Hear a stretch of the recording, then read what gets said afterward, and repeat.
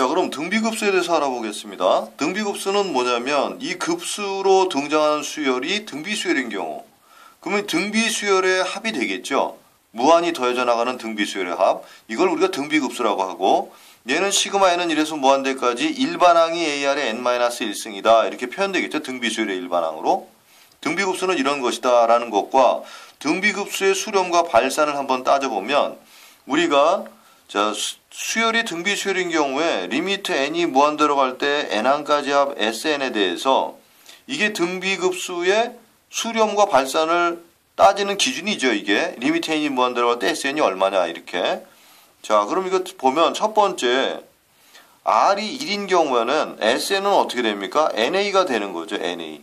그러면 리미트 n이 무한대로 갈 때 Sn은 리미트 n이 무한대로 갈 때 NA가 되는 거니까 얘는 뭡니까? 이거 A가 양수면은 무한대로 발산, A가 음수면은 마이너스 무한대로 발산. 얘는 결국 뭡니까? 발산입니다. 발산. 두 번째, R이 1이 아닌 경우에 R이 1인 경우에 아닌 경우에 SN은 뭐냐면 1-R분의 A의 1-R의 항수 이렇게 된 거죠. 그러면 리미트를 따지게 되면 이 경우에 리미트를 따지면 자, 리미트 n이 무한대로 갈 때 요게 되는 거죠. 1-R분의 A의 1-R의 항수 이렇게 되는 겁니다. 이 값이 어떻게 나오냐면 첫 번째 절대값 R이 1보다 작게 되는 경우에 0 되는 거죠. 0. 그죠? 이 값이.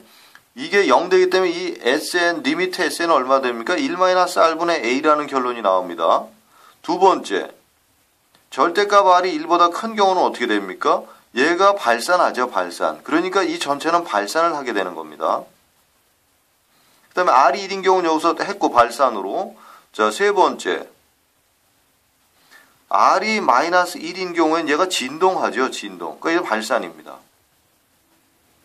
그죠? 이 세 가지로 나오게 됩니다. 얘가 R이 1일 때하고 R이 1이 아닐 때를 구분해서 이 합을 구해서 자, 이 등비급수에 대한 수렴 발산을 조사할 때에 그죠?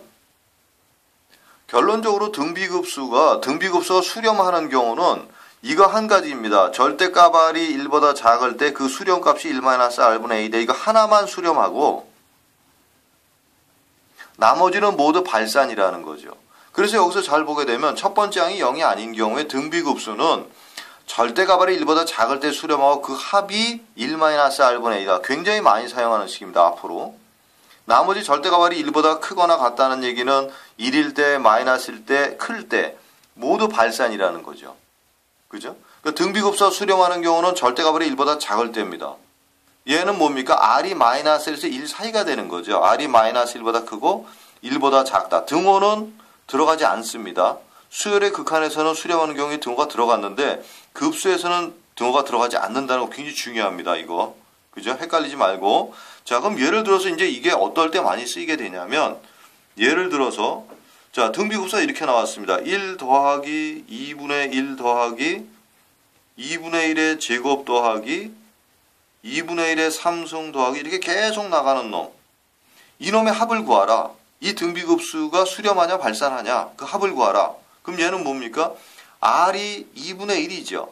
R이 마이너스에서 1 사이기 때문에 얘는 수렴 조건을 갖추고 있는 겁니다. 그럼 얘는 이 합이 뭡니까? 바로 1-R분의 A죠. 1-R분의 첫항 1.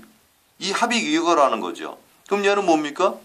2분의 1분의 1이니까 결국 이 합은 2가 된다. 이 등비급수는 수렴하는데 그 합이 2가 된다 하는 얘기입니다. 매우 간단하게 적용되고 굉장히 많이 쓰는 식이죠. 1-R분의 A. 잘 기억해 두기 바랍니다.